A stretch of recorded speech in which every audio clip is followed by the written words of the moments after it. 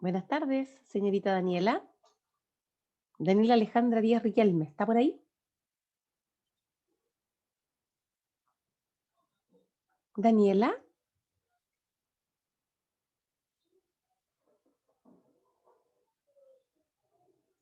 Daniela Díaz, ¿estás por ahí?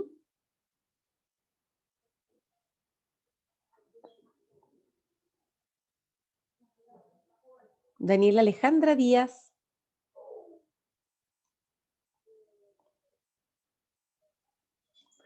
Ok.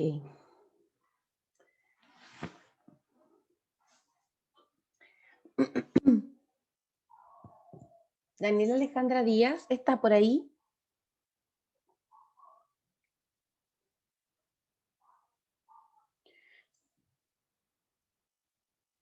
Daniela Alejandra Díaz.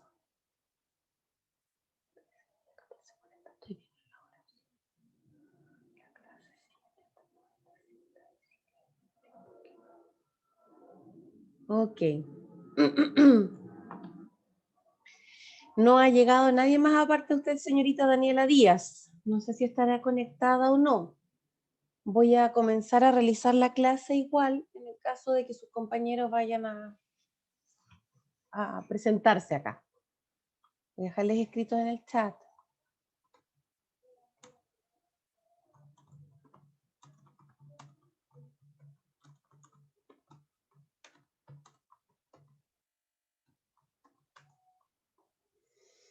Ok. El día de hoy nos corresponde revisar lo que son los procedimientos de colaboración en exámenes que son responsabilidad de otros profesionales. Nosotros habíamos visto la clase pasada todo lo que tenía que ver con exámenes de sangre y antes de esa habíamos revisado lo que tenía que ver con el hemoglucotest. ¿Ya? Los procedimientos de exámenes que son de responsabilidad de otros profesionales, como su nombre lo indica, implica la acción colaborativa del técnico en enfermería en aquellos exámenes que son tomados por la enfermera o por el médico o por la matrona o por el kinesiólogo, ya en los que ustedes tienen una participación activa en cuanto a la preparación del usuario, a reunir los materiales e ir presentando también estos materiales, ¿ya? El aprendizaje esperado es que ustedes reconozcan cuáles son los procedimientos de toma de muestras de exámenes que son responsabilidad de otros profesionales. Que una vez que ustedes reconozcan cuáles son estos procedimientos, puedan ser capaces de aplicar los procedimientos propios del rol del TENS en la preparación de los insumos y en la presentación de los mismos para la realización de la técnica.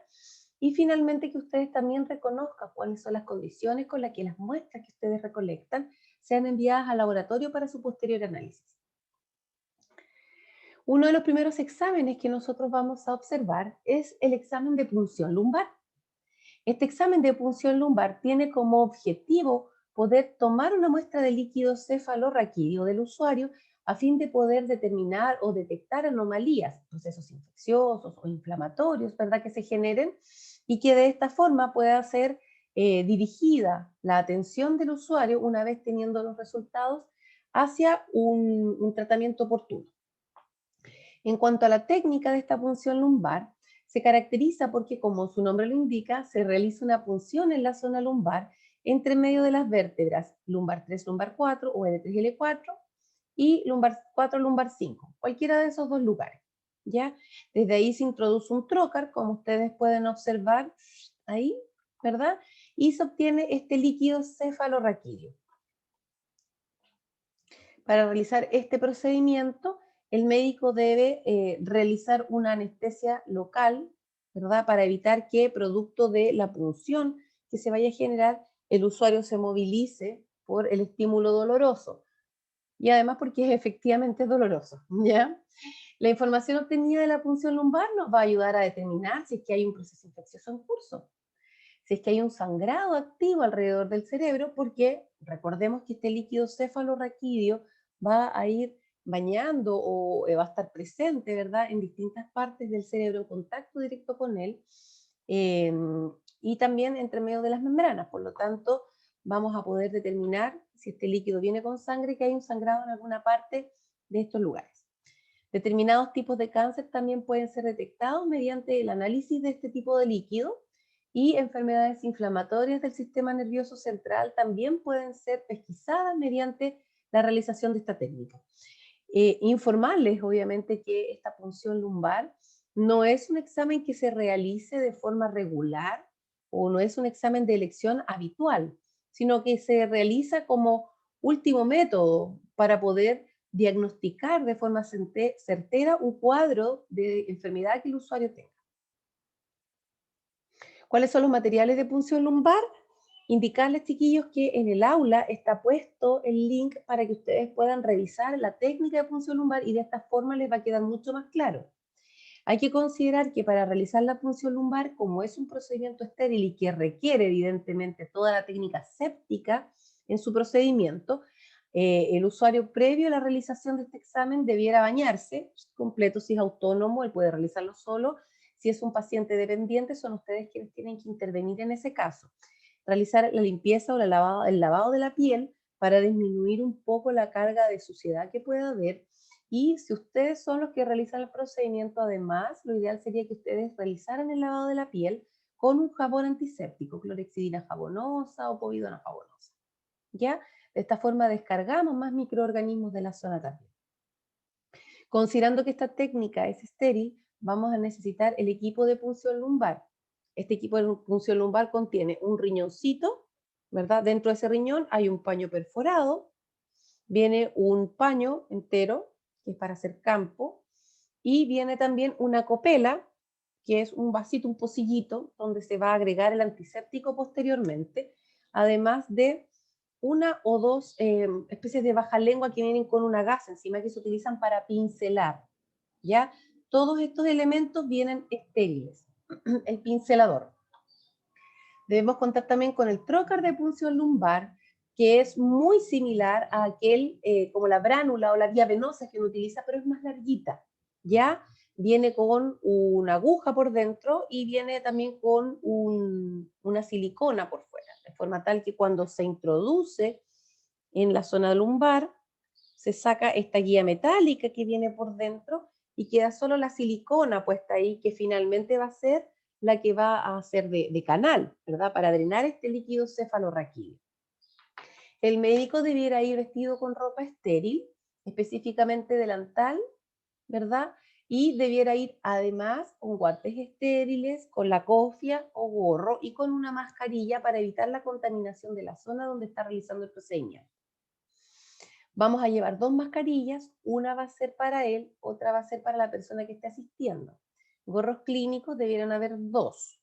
Guantes de procedimiento específicamente para la persona que está asistiendo al médico, porque el doctor debe ir con los guantes estériles realizando el procedimiento. El antiséptico que se va a utilizar según la norma IAS de cada centro hospitalario, clínica o laboratorio donde se realiza el procedimiento. Como les había comentado, tiene que realizarse con anestesia local. Para este caso se va a utilizar la lidocaína al 2%. Vamos a contar con dos ampollas. Normalmente se utiliza una, pero dependiendo de la condición del usuario, el médico puede requerir una segunda ampolla y por lo tanto es importante tenerla ahí para no estar saliendo y entrando y dejando al usuario a la espera. Debiéramos tener una jeringa que vaya con una aguja 23 o que tenga una aguja de 23 de recambio. ¿Ya? Así como cuando hicieron vacuna, que tenían una jeringa con la que cargaban, ¿verdad? La vacuna, ya en este caso una jeringa para cargar con el medicamento y otra jeringa, otra aguja, perdón, con la que se va a realizar la punción directamente en el usuario. Esta aguja tendría que ser una número 23 o una número 25. El trocar, que ya lo habíamos comentado, la aguja, en este caso son estas agujitas que nosotros vemos aquí, 23 o 25, vamos a necesitar dos jeringas de 3 cc, dos jeringas de 5 cc, dos jeringas de 10 cc y dos jeringas de 20 cc por las necesidades que pueda presentar el médico. Vamos a necesitar también el frasco de heparina en el caso de que la muestra de líquido cefalorraquídeo venga con sangre asociado para evitar que se genere la coagulación de parte de la muestra. Los tubos estériles con los que se va a tomar la muestra, gasas y apósitos que van a servir primero para poder realizar limpieza en el caso necesario y también para, después del procedimiento, dejar cubierta la zona de punción. necesitamos la tela adhesiva con la que vamos a sujetar esos apósitos, el dispensador cortopunzante y la bolsa de desecho. Para realizar el procedimiento, el usuario se va a poner o sentado o en posición Sims. En el caso que el usuario esté sentado, es importante que vaya con la mayor curvatura de la espalda posible. Es decir, no va a ir sentado derecho, sino que va a ir encorvado hacia adelante, abrazando una almohada o abrazando a alguien, de forma tal de permitir que las vértebras se abran un poco para dar paso a la entrada de la aguja. En el caso de que vaya en posición Sims, vamos a poner el paciente lateralizado y vamos a solicitar que sus rodillas vayan lo más cercano al pecho, como en posición fetal, ¿ya? Porque de esta manera también favorecemos que las vértebras lumbares se abran un poco más y permitan finalmente el ingreso de la aguja en la zona. Va a realizar el lavado de manos clínico y va a preparar la bandeja que va a reunir este material que vimos un poquitito más arriba en la diapositiva. Vamos a preparar el sitio de punción según normas del hospital. Normalmente se solicita que el usuario se bañe y después se realice un lavado con jabón antiséptico. Se le van a ir entregando los insumos al médico. Perdón. Se van a poner la mascarilla a ambos. Usted le va a presentar el equipo de ropa estéril al médico, específicamente lo que es la bata o la pechera estéril, ¿sí? Le va a presentar los guantes estériles que el médico se va a poner. Luego de eso vamos a entregar este riñoncito, ¿verdad? Que venía con la copela, con el paño perforado, con el paño de campo, ¿sí? Vamos a presentárselo, el médico va a tomar este riñón, en el paño más grande va a dejarlo como campo, el riñoncito lo pone a un lado, saca esta copela que viene, este pocillito, ¿verdad? En este pocillito usted va a agregar el antiséptico por caída, no lo ponga pegadito, por caída va a dejar caer el antiséptico en este lugar, el médico va a tomar el pincelador, va a untarlo en el antiséptico y va a realizar el procedimiento de asepsia de la piel, de forma circular, desde el centro y hacia afuera. ¿Ya? Una vez que el médico realice este procedimiento de asepsia, va a tomar el paño perforado, el que tiene el hoyito, y lo va a posicionar en la zona donde va a elegir puncionar. Una vez que haya puesto el paño perforado, perdón, usted le va a ir presentando las jeringas, el médico le va a presentar, perdón, le presenta la jeringa, el médico toma esta jeringa, ¿verdad? Fuera del envase, usted se la presentó, está la pura jeringa, la toma, la saca, usted toma el frasquito de lidocaína, lo abre, lo presenta, el médico carga su jeringa, con esto retira la aguja que venía con la que cargó la lidocaína, la desecha, usted le presenta la aguja 23 o 25 según lo que él le pidió, él la toma, la aprieta, la conecta, perdón, el cono con el émbolo de la jeringa y va a ir realizando la infiltración en la zona, le va a ir pasando apósitos en la medida que él vaya necesitando. Aplicó la anestesia local y una vez aplicada la anestesia local y surtido el efecto en el paciente, usted le va a presentar los materiales para que él pueda realizar la punción lumbar propiamente tal. ¿Ok? En este caso, el trocar. Una vez introducido el trocar dentro del usuario, el médico va a solicitarle a usted que le pase estos frasquitos de muestra que vienen estériles. Usted se los presenta, vienen en paquetitos cerrados. Usted abre el papel, los presenta, el médico los retira el envase, lo desatornilla, deja caer por goteo el líquido cefalorraquídeo dentro de este frasco y lo tapa, lo va dejando a un ladito. ¿Ya? Usted recibe la muestra de líquido cefalorraquídeo con los guantes de procedimiento que se puso. Si es que tiene sangre, va a indicarle al médico esta situación, le va a presentar la heparina para que él cargue la jeringa nuevamente y ponga la heparina que requiere esta muestra. Una vez que se termine el procedimiento, vamos a dejar al paciente cómodo, vamos a dejarlo en reposo, y aquí hay un punto súper importante. El usuario tiene que quedar en posición de espalda, recto, mirando el techo, ¿sí?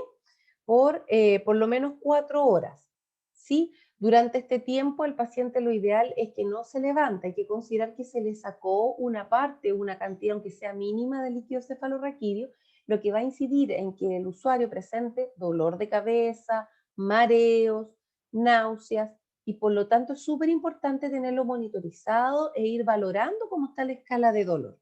El usuario no se puede levantar inmediatamente después del procedimiento. ¿Ya? Recoge el material, lo lleva a la clínica, desecha lo que hay que desechar, ordena lo que hay que ordenar, envía las muestras con el registro evidentemente de los datos del usuario que están acordados previamente por protocolo de exámenes. Se lava las manos y registra el procedimiento. Mire, los cuidados posteriores de enfermería, durante 4 horas vamos a mantenerlo en posición supina horizontal. Va a quedar de espalda mirando el techo. Nada que la almohada, que no, recto, así, derechito. ¿Ya? Por 4 horas y vamos a observar, vamos a ir valorando si es que el usuario tiene dolor de cabeza o no. Esta es la posición que les estaba comentando. Está el paciente de lado, ¿verdad? Con las rodillas flectadas hacia el pecho. Eso permite que haya una apertura de las vértebras L3 y L4, o L4 L5, por donde va a introducirse el tórax. O el usuario puede estar sentado con los codos lo más apoyados hacia la esquinita de la rodilla, ¿sí? O bien abrazado a alguien encorvadito. La idea es que esto favorezca la apertura de estas vértebras para el ingreso de la jeringa, la aguja. Hay un ejemplo. Hasta aquí, señorita Francisco, señorita Daniela, ¿tienen ustedes alguna duda?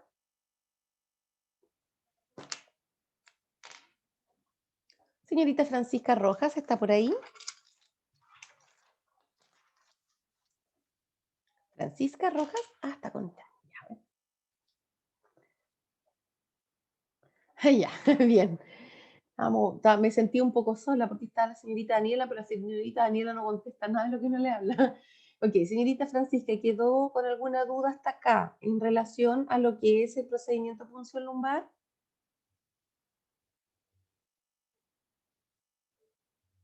Ya, ok. ¿Está sin micrófono?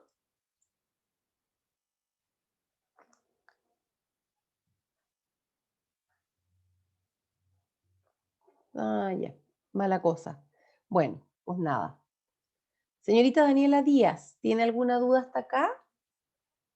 Señorita Daniela Díaz.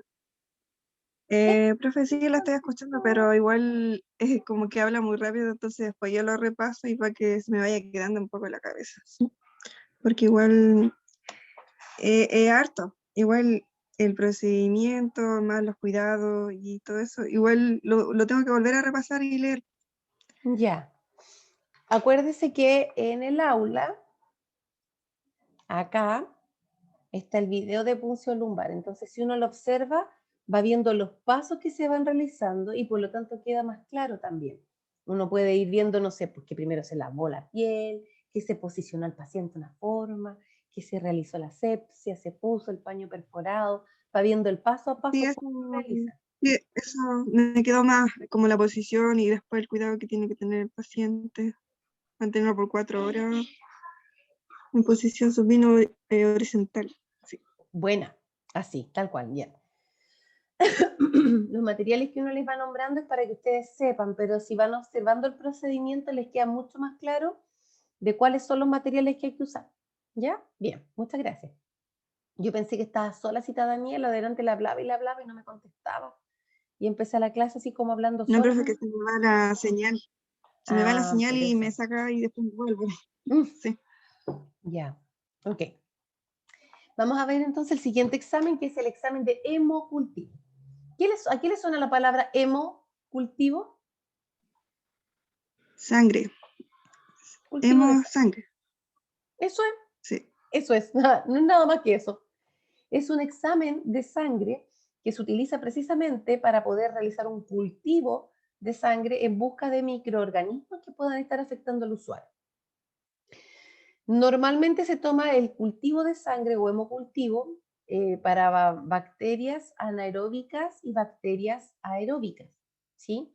Pero hay lugares o hospitales, ¿verdad? Por ejemplo, como el Lucio Córdoba, donde hay pacientes que están con algún grado de inmunosupresión, ¿sí? Y que requieren también paneles completos que incluyen cultivo de virus y cultivo de hongos, ¿ya?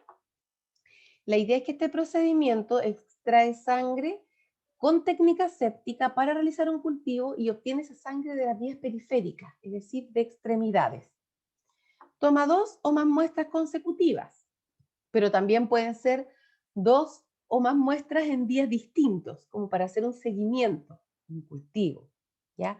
A veces te dice que del mismo brazo tomes 2 frascos, a veces te dice de cada uno de los brazos toma 1 o 2 frascos. Va a depender de la indicación médica, ¿ya? El objetivo es identificar la presencia de microorganismos, generalmente bacterias, pero como les comentaba, hospitales donde hay usuarios que están inmunodeprimidos pueden pedir un panel completo que implica bacterias, virus y hongos. Lo realiza la enfermera y el técnico de enfermería es quien la va a asistir. ¿Cuáles son los materiales que se requieren? Pensemos, cuando nosotros tomamos exámenes de sangre, todos los materiales que usted va a necesitar, ¿ya? Pero en este caso, además, vamos a necesitar tener un pañito perforado porque esta es una técnica en la que necesitamos cero posibilidad de microorganismos, cero, para que no se nos contamine la muestra, ¿ya? Vamos a necesitar la ligadura, la jeringa de 10 cc, agujas de recambio, porque cuando nosotros extraemos la sangre del usuario, esa sangre que queda en la jeringa, nosotros necesitamos verterla o echarla dentro del frasco, dentro de estos frasquitos, ¿cierto? Y para hacerlo necesitamos una aguja nueva. No vamos a utilizar la misma aguja con la que funcionamos al usuario para disminuir cualquier riesgo de contaminación, por mínimo que sea. Vamos a necesitar la solución antiséptica dependiendo de las normas IAS de cada hospital, clínica, laboratorio, etcétera. Vamos a utilizar lo que indiquen. Guantes estériles para la enfermera, guantes de procedimiento que son para usted que está asistiendo, que va a llenar los frascos. Y vamos a necesitar mascarilla, aquí, para la enfermera que va a realizar el procedimiento y que no le esté encima al usuario. Vamos a necesitar la mascarilla del usuario, al que además le vamos a pedir que ponga la cabecita para el lado para evitar la contaminación de cualquier forma, y mascarilla para usted, que también es quien está asistiendo. El campo estéril y los frasquitos de hemocultivos, aerobios o anaerobios en el caso de que sean bacterianos, que como les comento es lo que más se utiliza.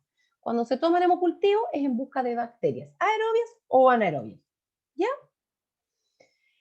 Los frascos para hemocultivo, aquí están especificados. El lila es para microorganismos anaerobios, es decir, aquel que no requiere oxígeno para vivir. Y el azulito es para microorganismos aerobios, es decir, aquel que sí requiere el oxígeno para poder existir. ¿Cuál es el rol del test? Reunir el material, indicarle al usuario cuál es el procedimiento que se va a realizar con él. Importante recordar que él no es un pedazo de bistec y por lo tanto necesitamos informarle todo, además porque tiene sus derechos como ser humano. Vamos a solicitarle, pero vamos a verificar primero que el frasco de hemocultivo no esté turbio, que se mantenga homogénea la mezcla que tiene dentro. Los frascos de hemocultivo vienen con un líquido como agüita con miel, de un color muy suavecito, y viene como con pelotitas por dentro.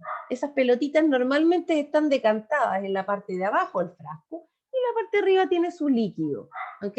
Todo eso, que es el líquido más esas pelotitas, son los medios de cultivo que se van a utilizar para cultivar esta sangre. ¿Ya? Este frasquito va a llegar así tal cual al laboratorio, en el laboratorio se va a analizar, se les va a sacar una muestra después para poder bla, bla, bla, bla, bla. ¿Ya? Antes de empezar con la mascarilla, el lavado de manos y todo, nosotros nos reunimos nuestro material, nos presentamos al usuario, ¿verdad? Vamos a solicitarle al usuario que se lave el bracito si es que es autónomo, y si no, nosotros vamos a tener que realizar esa limpieza del bracito, de la piel, ¿ya? La vamos a realizar mediante un jabón de tipo antiséptico, ¿sí? Este jabón antiséptico nosotros vamos a aplicarlo según las normativas guías. Chiquillas, una pregunta. ¿Alguna de ustedes tiene el WhatsApp del curso? Me preocupa que no se hayan conectado porque van a quedar ausentes de la lista. Y con 80%, menos de 80% pierden la asignatura. Y no es la idea. Quizás se confundieron porque como en el aula no salía, quizás en su portal no salía que tenían clases, no se metieron tampoco al aula a mirar que efectivamente estaba abierto y que estaba la conexión. ¿Ustedes podrían mandar un WhatsApp al curso y decirles que se conecten, por favor? Sí, porque igual es raro. O sea, ¿cómo no fueron capaces de meterse al aula para ver que estaban ahí puestas las indicaciones y las fechas? Y bueno, igual la clase pasada les dije a todos que nosotros, aunque no les saliera la clase en el portal, teníamos las clases y que iban a poder verla en el aula y todo, pero aún así no se han conectado y me preocupa. Gracias, señorita Francisca. Ok. Entonces, vamos a realizar la limpieza de la piel del usuario. La enfermera va a ir con nosotros con nuestro material, ahí con el usuario, le vamos a explicar que le van a tomar una muestra de examen de sangre, que se va a realizar un cultivo para saber qué es lo que tiene, ¿ya?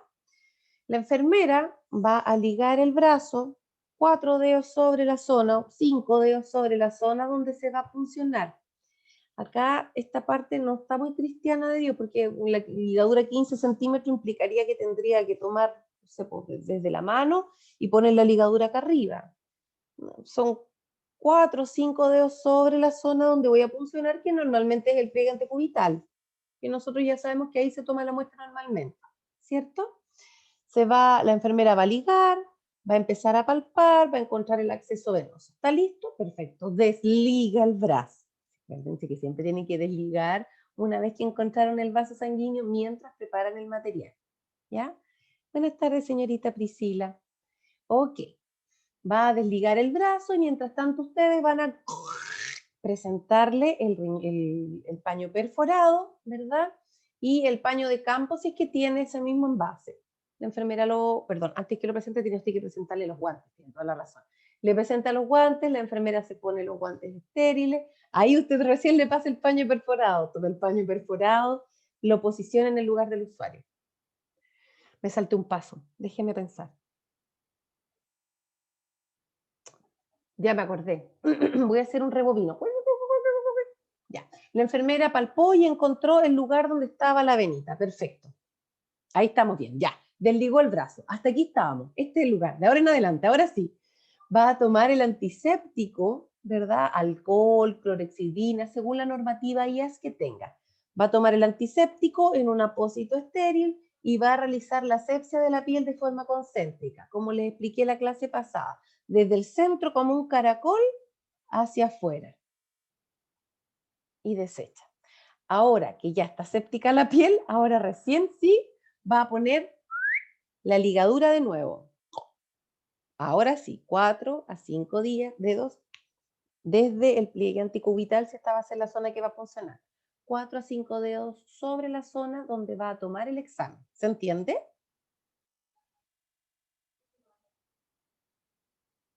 Ok, me imagino que sí.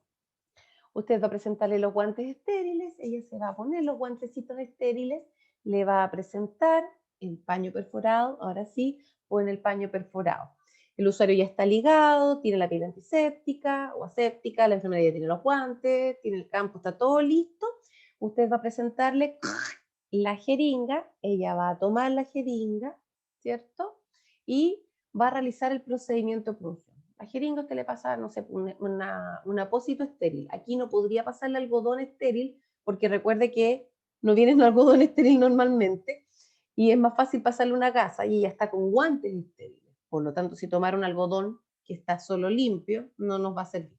Le pasa un apósito estéril, ella con su jeringuita va a puncionar al usuario y va a obtener la muestra. Mientras ella realiza esta acción, que es la de puncionar y extraer la muestra, usted va a tomar los frasquitos de hemocultivo y si se fijan tiene una tapa arriba, ¿ya? Esta tapa se saca, se despega y queda una goma, que es donde uno punciona con la aguja. Sobre esa goma, usted que no está estéril, va a tomar motas de algodón, va a dejar caer el alcohol encima y esa mota de algodón empapada en alcohol la va a poner en esa goma que quedó descubierta.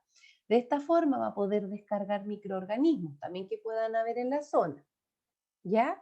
Una vez que la enfermera tomó la muestra de sangre, termina de tomar la muestra, desliga al usuario, toma esta gasita estéril que usted le había pasado, la posiciona cerca de la zona de punción, retira la jeringa, presiona con la gasita y a usted le va a pasar esta jeringa cargada de sangre. Usted que es habiloso, ya está con los guantes de procedimiento puestos, agarra esta jeringuita con la aguja, va a con la pinza, retirarle la aguja 21 que utilizó para funcionar, la desecha en la caja cortopunzante, toma su aguja número 23 o 21, la aguja de recambio que va a utilizar, ¿ok? La toma, la conecta a la jeringa y comienza a llenar los frasquitos. Funciona uno, brrr, pone la cantidad de sangre que deben y en el otro frasquito. En teoría, esta agujita que utilizó recién para funcionar el primer frasco debiera ser removida y cambiada por otra aguja estéril y funcionar el segundo frasco, dependiendo de la cantidad de frascos que el médico le haya indicado. ¿Ya?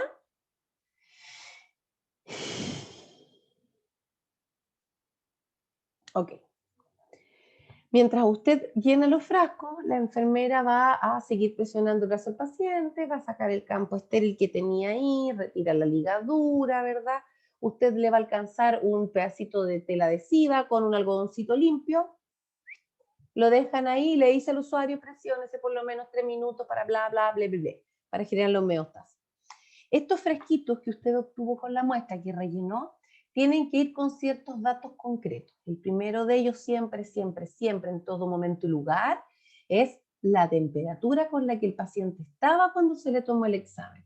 Y es súper importante esto, recuerden ustedes que la fiebre es una respuesta fisiológica del organismo cuando hay un ingreso de microorganismos patógenos, ¿ya? Si hay bacterias o virus o cualquier elemento en la sangre, el cuerpo lo reconoce y sube la temperatura del cuerpo para poder matarlos, eliminarlos o por último atontarlos, mientras las defensas van a trabajar y a pelear contra ellos. ¿Ya? Entonces, súper Profesora, importante. pero Dígame. para tomar, ¿hacían esos frascos solamente se registra la temperatura solamente para este examen o para todos? Este es el examen. En este examen, por lo menos este hasta ahora. Ah, ya, profesor. Porque este es el hemocultivo. En el hemocultivo el usuario tiene que tener registrada la temperatura que tenía cuando se le tomó el examen. Esa temperatura normalmente se toma antes de empezar a reunir el material y explicar y todo. Se tiene que tomar de forma inmediatamente antes, eso sí. No me sirve la temperatura que tenía a las 8 de la mañana y yo estoy tomando el examen a las 12 del día. ¿Ya? Si el examen se lo toma a las 12, 11 y media tomarle la temperatura. No debiera ser más que eso el lapso de tiempo. ¿Ya?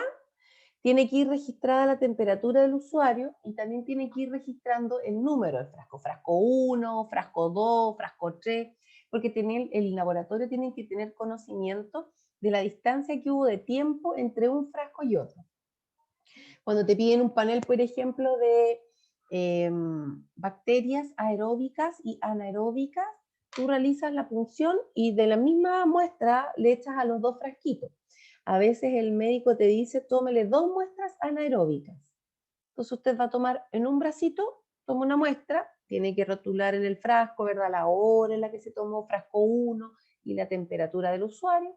Y después van a tomarle en el otro brazo y tiene que registrar los mismos datos, la temperatura del usuario, la hora en la que se tomó y el número de frasco. De esa forma, desde el laboratorio pueden tener más información respecto de la cantidad de microorganismos que tiene el usuario. ¿Se entiende?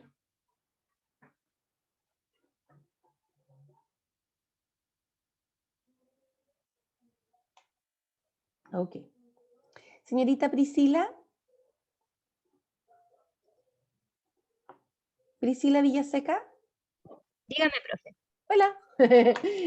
Señorita Hola, Priscila. profe. Oiga, disculpe todo esto, profe, no sabía que había clase, así que me conecté hace poco.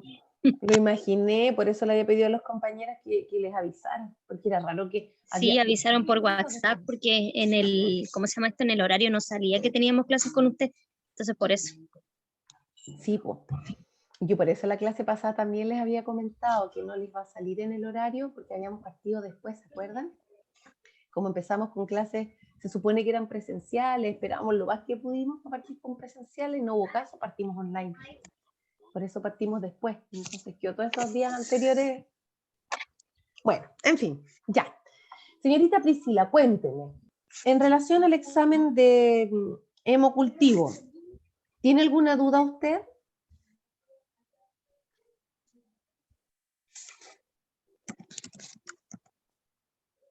Señorita Priscila. Dígame. Ya, pues, conéctese, posita Priscila. Vamos a ver, ¿tiene alguna duda en relación al hemocultivo?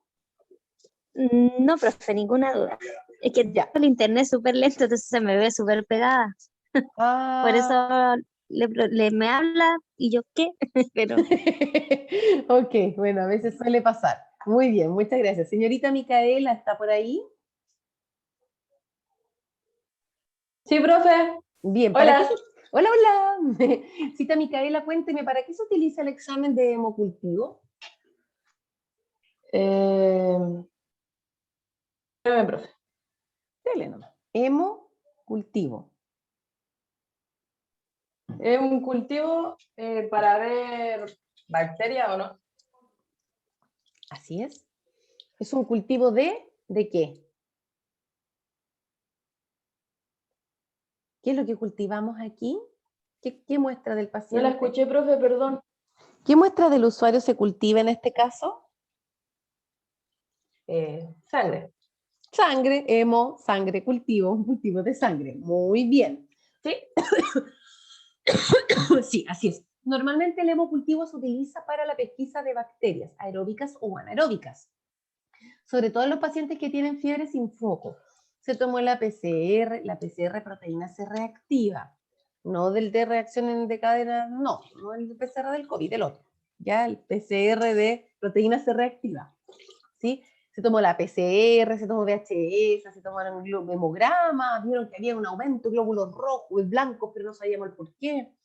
Ok, con toda esta información, entonces el médico dice, ya sabe que hagamos un hemocultivo porque no hay ninguna otra opción. Le tomamos examen de orina, no había signos de infección urinaria, respiratorio no tiene nada.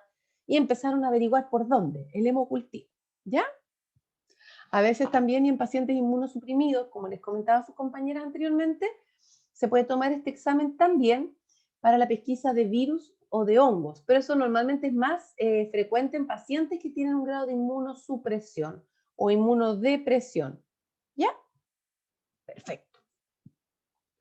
Otro examen que nosotros vamos a ver y que ya habíamos visto antes también es el examen de gases arteriales.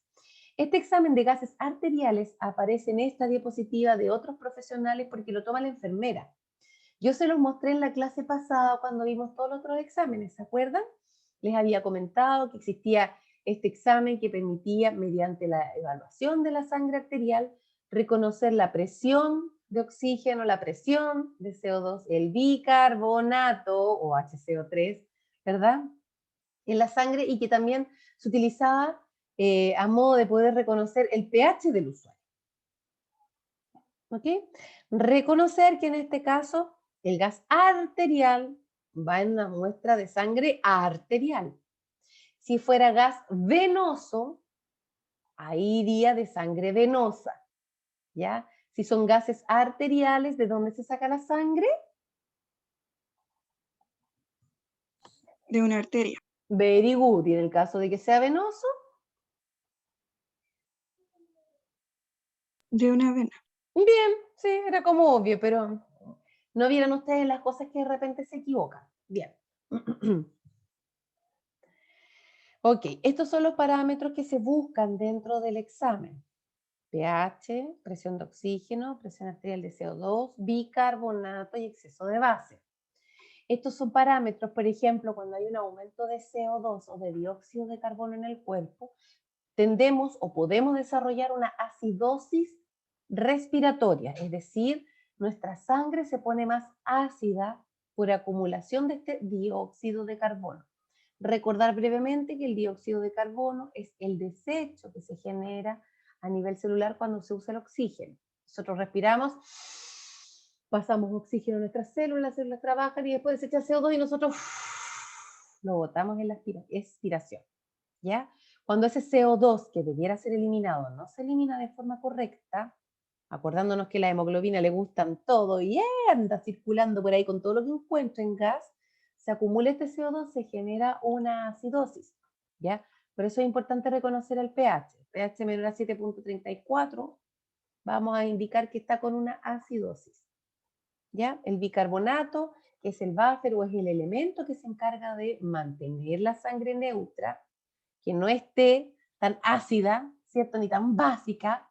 Entonces, esta es la cantidad de bicarbonato que debiera haber en la sangre. Parámetros, valores normales. Esto sí me importa que ustedes reconozcan el pH que debiera haber, porque frente a una alteración es importante poder reconocer e intervenir de forma temprana avisando a la enfermera y o al médico. ¿Sí? ¿Cuáles son los materiales que vamos a utilizar para la toma de gases arteriales? Guantes de procedimiento, en este caso para quien realiza la punción, que es la enfermera, y también guantes de procedimiento para usted, que va a recibir esta muestra de sangre y la va a trasvasijar. ¿Ya? Vamos a necesitar tórulas de algodón y alcohol porque debemos aseptizar la piel.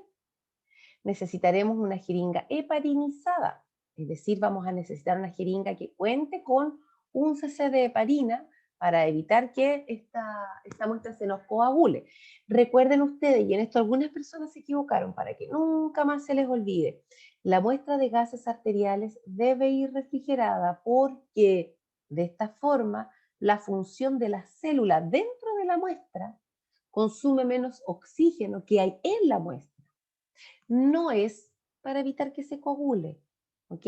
El frío no evita que la sangre se coagule, ¿ya? Para que ojo ahí, porque esa fue una pregunta de prueba y hubieron varios ahí que se me cayeron, así con vuelito, ¡wujú!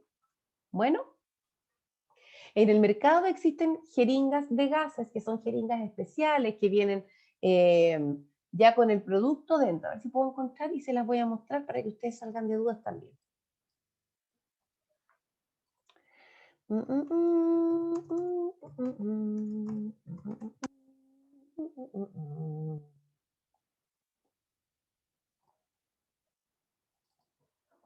Ok. No sé si ustedes alcanzan a observar más o menos, por último acá, esta jeringa de gases arteriales es una jeringa que viene ya con un líquido o con con un anticoagulante específico, ¿ya? Viene con un anticoagulante listo para que usted eche la muestra adentro nomás. Usted solo tiene que poner la muestra adentro. Nada más la jeringa ya viene lista. Y además ya viene con una tapita incluida, que es con la que usted va a sellar esta muestra.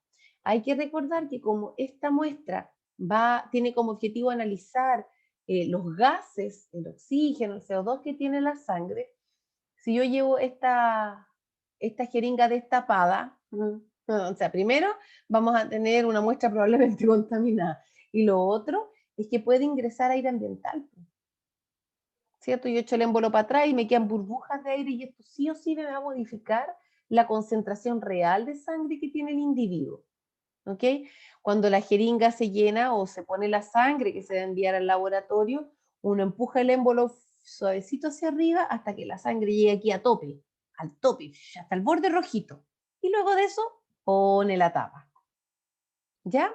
Algunas jeringas que son heparinizadas, algunas jeringas que son para gases, vienen con una aguja incorporada para realizar la punción y que pase directamente.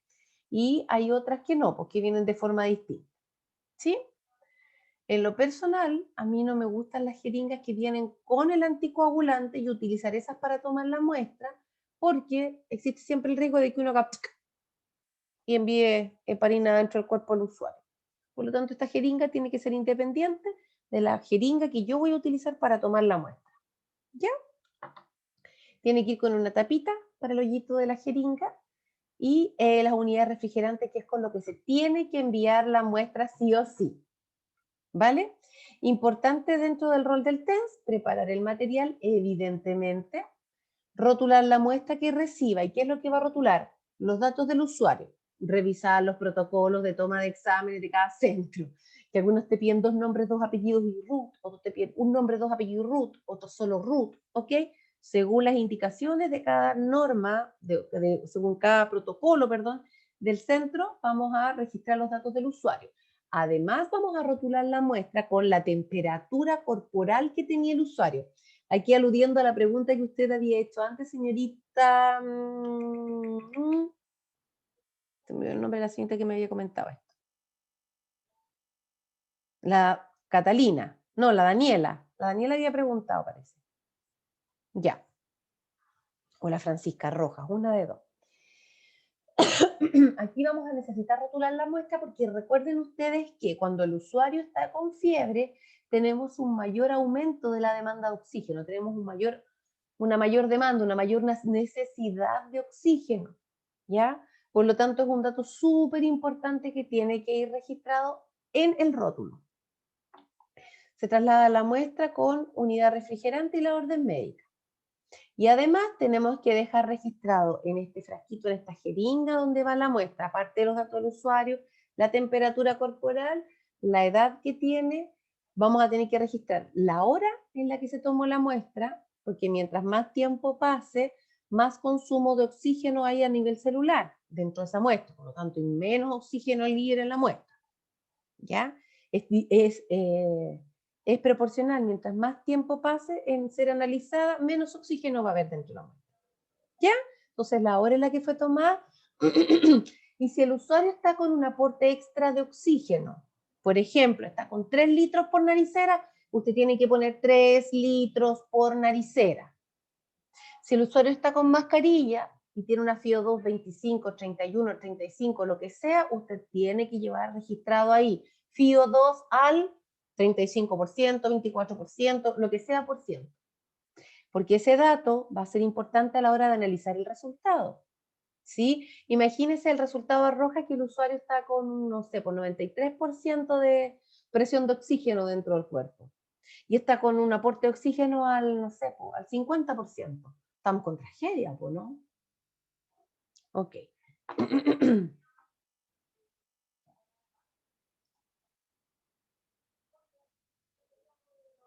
Señorita Moira, segura, ¿cómo está usted? Más o menos nomás, profe. Chútale, más o menos nomás. Sí, yo te... Yo bien. me apena escuchar que está más o menos. Ojalá que no sea nada grave. No, profe, dolores menstruales. Ay, ya, pero... Y me dan pero súper fuerte. He comenzado a compadecerla, pero mal. Dios, valor. Agüita de manzanilla decían las antiguas, eso sirve. Si tan Vamos a Moira, yo voy probar. a distraerla un poco de su dolor para que vean que soy buena gente. Ok, me gustaría que usted me comentara para qué sirve tomar los exámenes de gases arteriales. Em,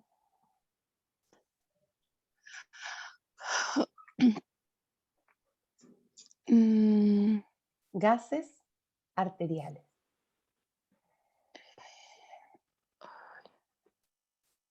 eh, no sé cómo explicarlo, Con sus profe. palabras. Con sus palabras.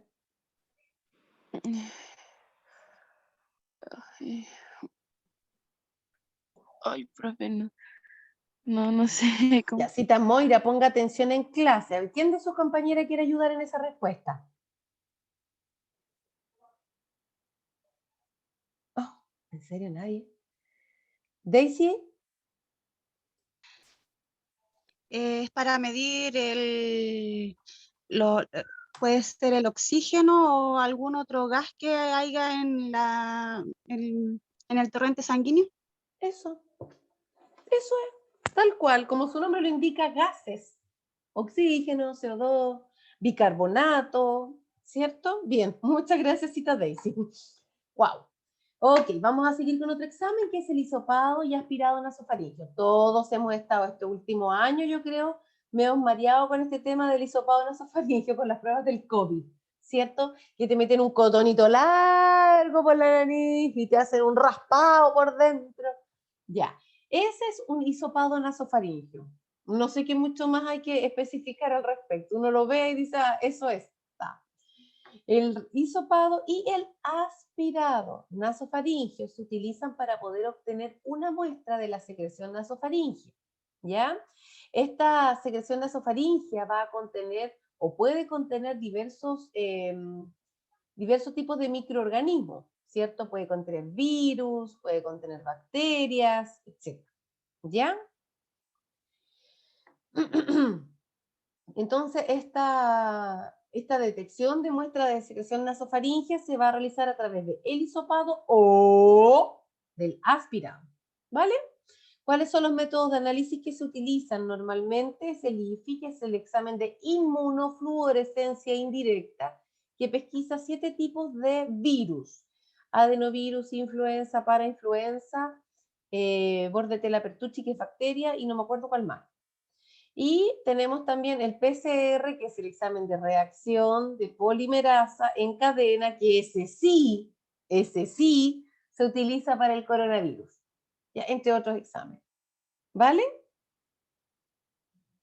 ¿Cuáles son los materiales que vamos a utilizar? Bueno, pensemos, cuando ustedes han visto que toman exámenes de coronavirus, ¿qué cosas han visto ustedes que las personas tienen para realizar el procedimiento? El hisopo, profe. El hisopo, perfecto, ese cotonito largo que es bien desagradable, Ah. perfecto. ¿Qué más?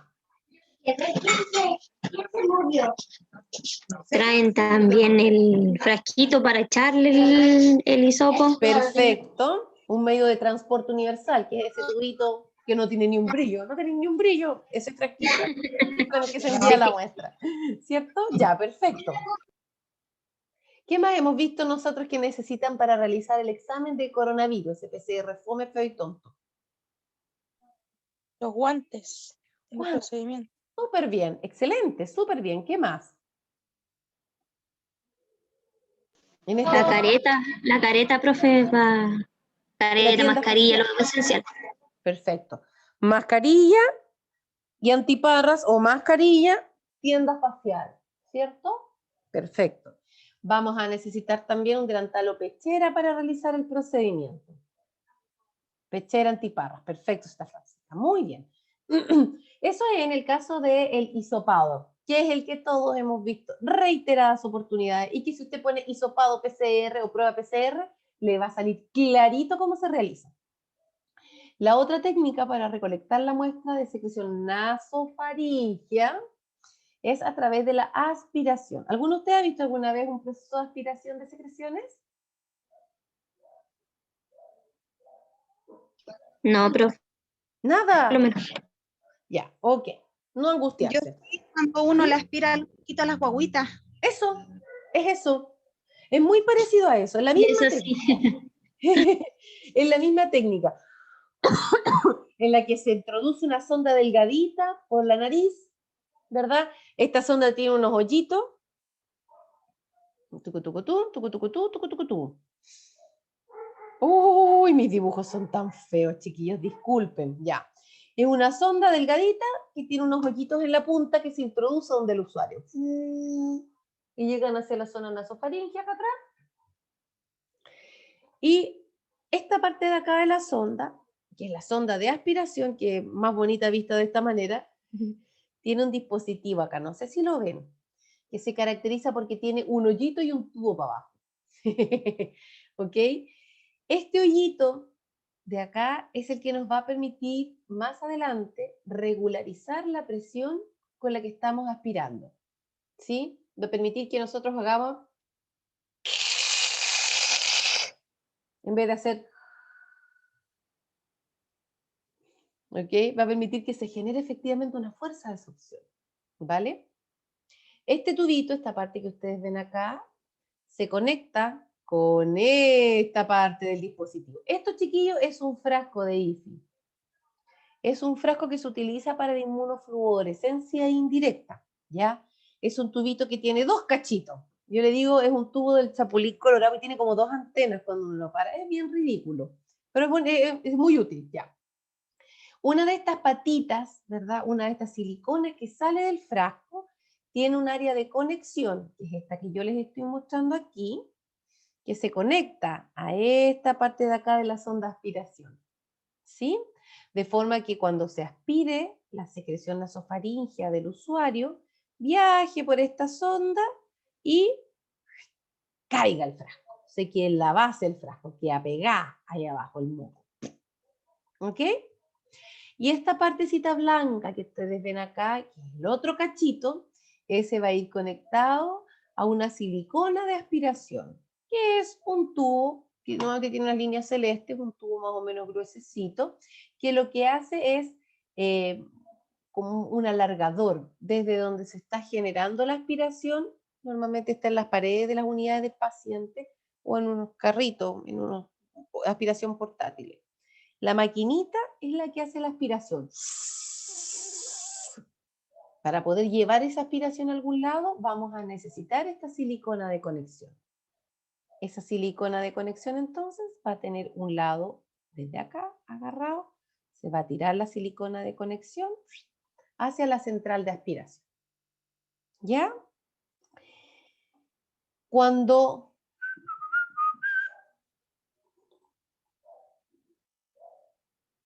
espérenme acá.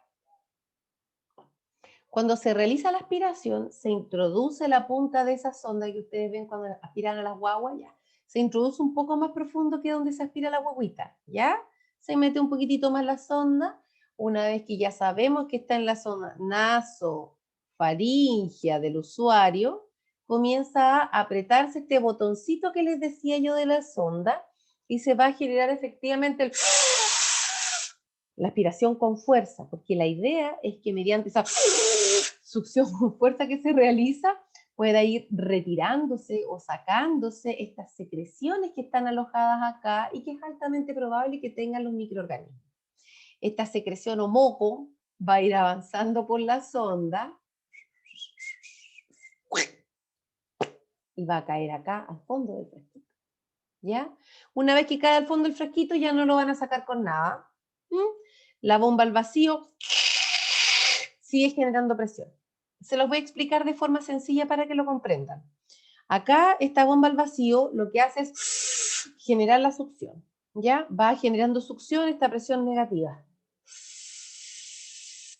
Como dentro del frasquito necesitamos ir recambiando aire porque voy a aspirar todo el aire que hay acá adentro y tengo que seguir llenando, obviamente. Se sigue la aspiración, el sistema de aspiración por acá. Eso es un sistema súper sencillo. Para aplicar la toma de muestra por aspiración es súper importante que sobre todo los lactantes no hayan tenido ningún tipo de alimentación las últimas 3 horas, ¿ya? Porque existe mucho riesgo de que vomiten, que se devuelve el contenido gástrico y eso puede incluso terminar en una neumonía aspirativa, ¿ya? Por lo tanto, ayuno de 3 horas, sí o sí, no hay más. En los hospitales, cuando están hospitalizados los niños, de hecho, se suspenden las alimentaciones 3 horas antes de que vaya el kinesiólogo a hacerles la aspiración de secreciones. Más todavía cuando tratamos de tomar examen. ¿Ya? Una vez que se sacan las secreciones, se va rotando la sonda, se va haciendo así, para que la sonda por dentro vaya moviéndose así y arrastrando por los hoyitos todas las secreciones que habían en la pared de la nariz, en la zona nasofaringea. Se va metiendo por el hoyito esa sonda todos los mocos mientras yo voy girándola, agarrando todos los mocos que hay en el camino, ¿sí? Y van avanzando hacia el frasco. Una vez que terminé de realizar la aspiración de las secreciones nasofaringeas, lo que hago es introducir esta misma punta dentro de un buffer o de un suero fisiológico. ¿Por qué? La idea es que este líquido que yo voy a aspirar va a ir pasando por esta sonda y va a ir arrastrando las secreciones que queden dentro de estos tubos. Y van a llegar aquí donde estaban las otras secreciones bronquiales. ¿Se entiende? ¿No? Sí, profesora, sí se entiende. Ya, genial. Se sella con la tapa, esta tapita que está aquí que tiene los cachitos, se eliminan, para afuera. Viene con otra tapa ahí para incluir. Se le pone otra tapita. El mismo envase que viene estéril viene con esto y viene con otra tapita de repuesto. Cuando se saca esta tapa yuca, la tapa que ya usamos, ponemos la tapita estéril encima y dejamos cubierto. Se traslada con unidad refrigerante hacia el laboratorio. Ese es en el caso de... Aquí está la tapita, ¿ven? Esa tapita. Se saca esta y se pone esta otra. ¿Ya? En el caso del hisopado, la técnica consiste en introducir el hisopo por la pared de la nariz, por la pared de abajo, por la base de la nariz. No se pone la sonda así, va a quedar con nariz de chancho, ¿ok? Se pone hacia abajo. Se inclina la cabeza y se pasa el hisopo por la pared, por la base de la nariz. ¿Ya? Si lo pongo así, no voy a llegar a ningún lado. Se introduce la tórula en ambas fosas nasales. Se deslizan por la mucosa del piso de la fosa nasal. No para ponerle nariz de chancho, ¿ok?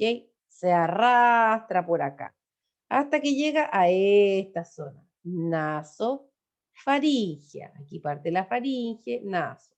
¿Ok? Llega con la tórula, se genera un rotado de esta tórula para asegurar que tome la muestra que está por dentro.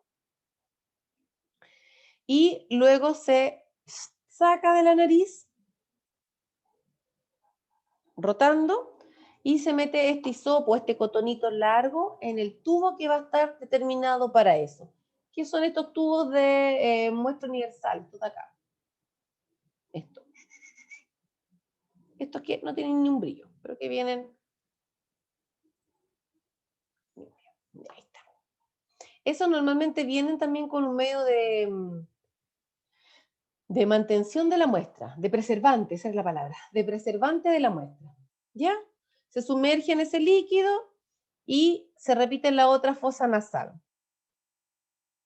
Con el mismo otro hisopo. Bueno, ¿es el mismo o es otro? Normalmente uno hace la untada por un orificio y después te lo meten por el otro orificio. Y ese puro cotonito lo guardan y lo mandan con la muestra.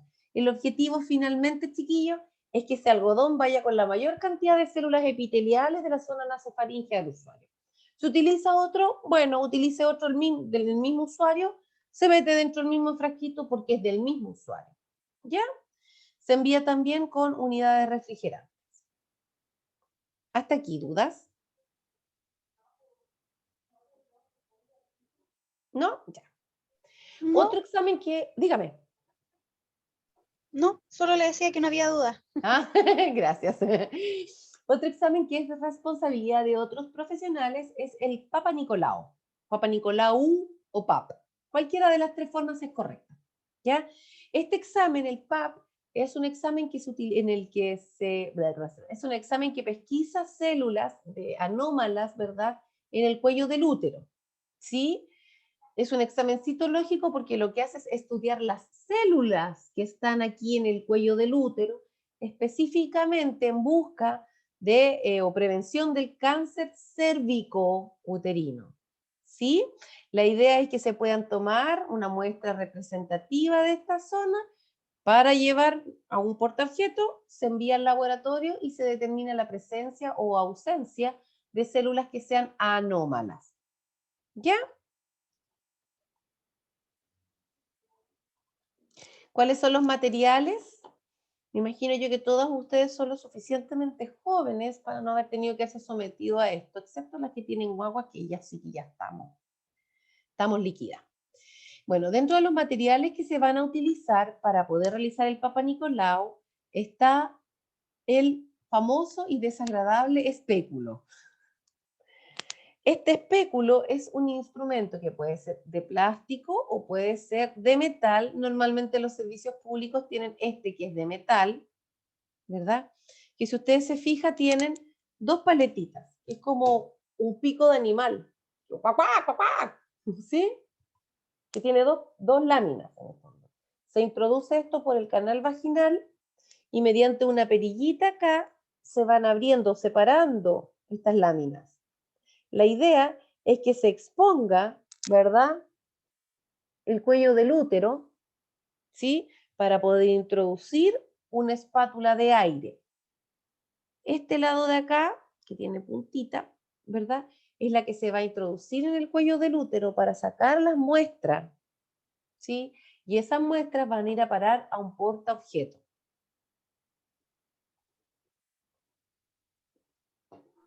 Yo siempre pensé, profesora, que como con una tijerita cortaban como un pedacito, yo pensaba, de útero y para la muestra, ¿no? Así como con un hisopo. Se toma con una espátula de aire. De aire. Sí, así se llama, espátula de aire. No de aire, porque aire suena como aire, ¿no? Aire. Esta espátula es la que te recoge la muestra. Yo siempre siento el raspón. Ya. Esa muestra que se recoge que es la muestra del cervix, del cuello del útero, ¿verdad? Se posiciona o se pone sobre una placa de vidrio. ¿Se acuerdan cuando vimos el test de Graham? Que pegábamos el scotch en la zona perianal y después lo poníamos encima de una placa de vidrio. Sí, Ya, ese mismo, profe. ese mismo tipo de placa de vidrio. No es que hagamos busque parásito acá, no, no, no, no. Es solo la placa de vidrio para que se acordaran ustedes de esas plaquitas de vidrio transparente. En esas plaquitas se llaman portaobjetos.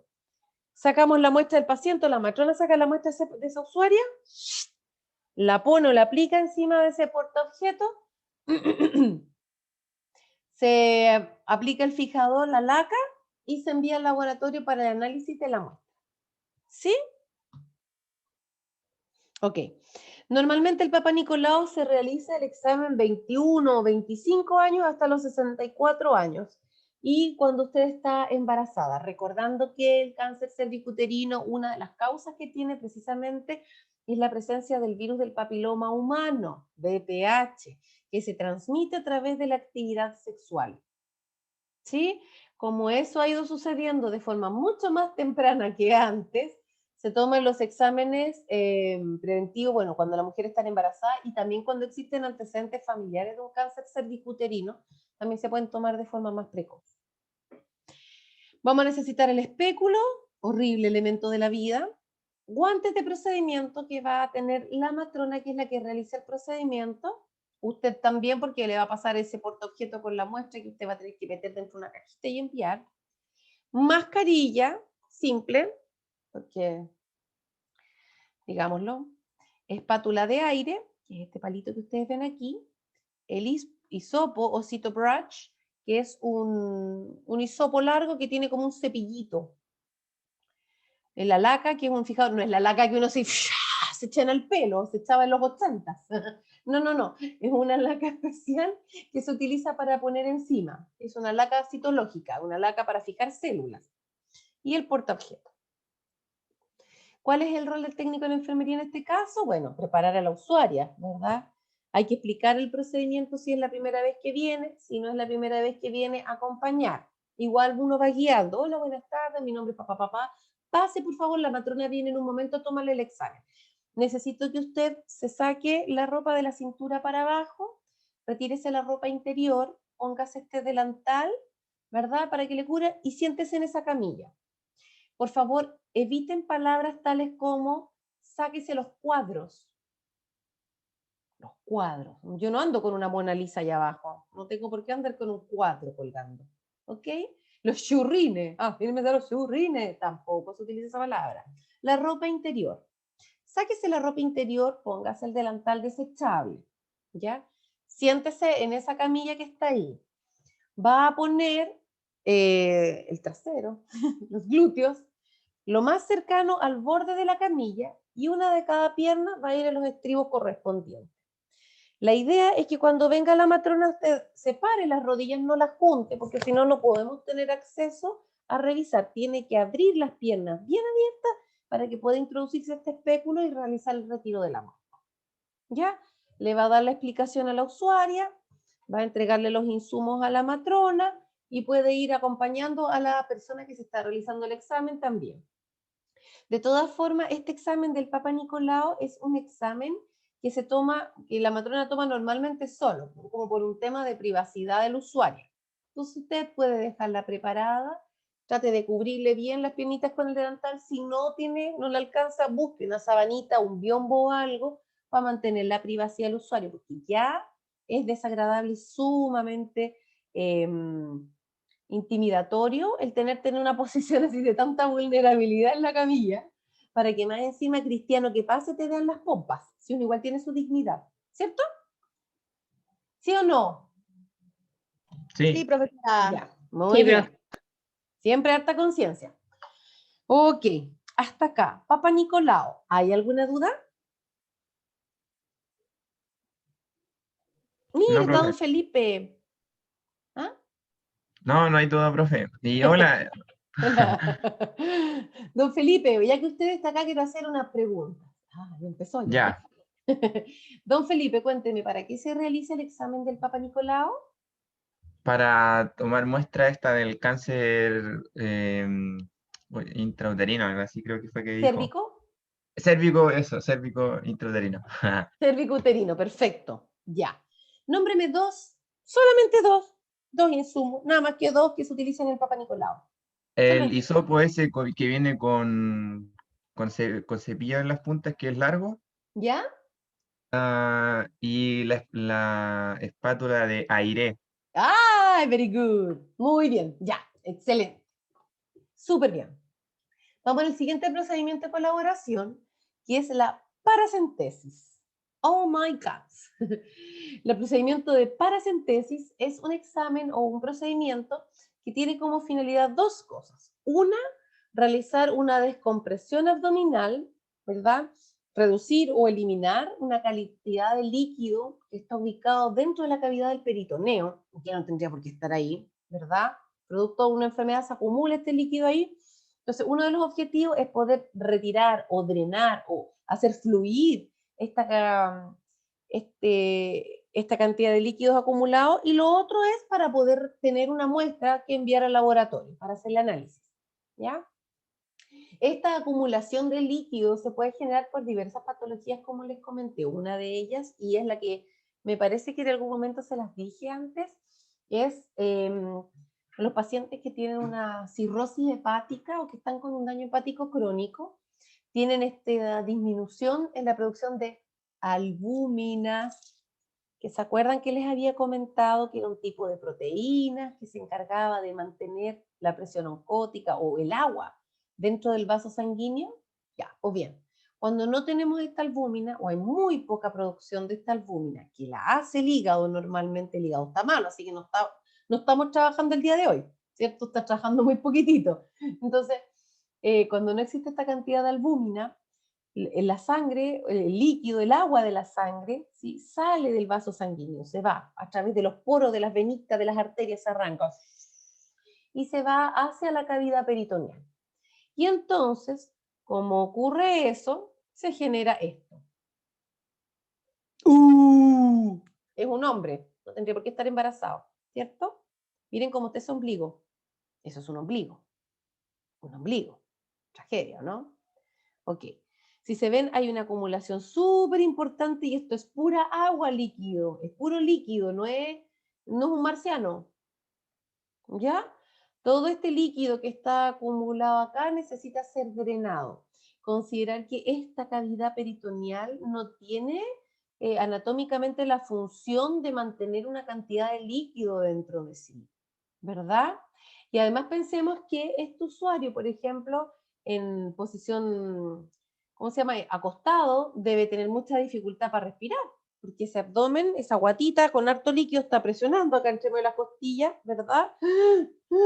No tiene la posibilidad el usuario de expandir los pulmones para poder respirar de forma adecuada, ¿cierto? Además del peso y la incomodidad que debe generarle.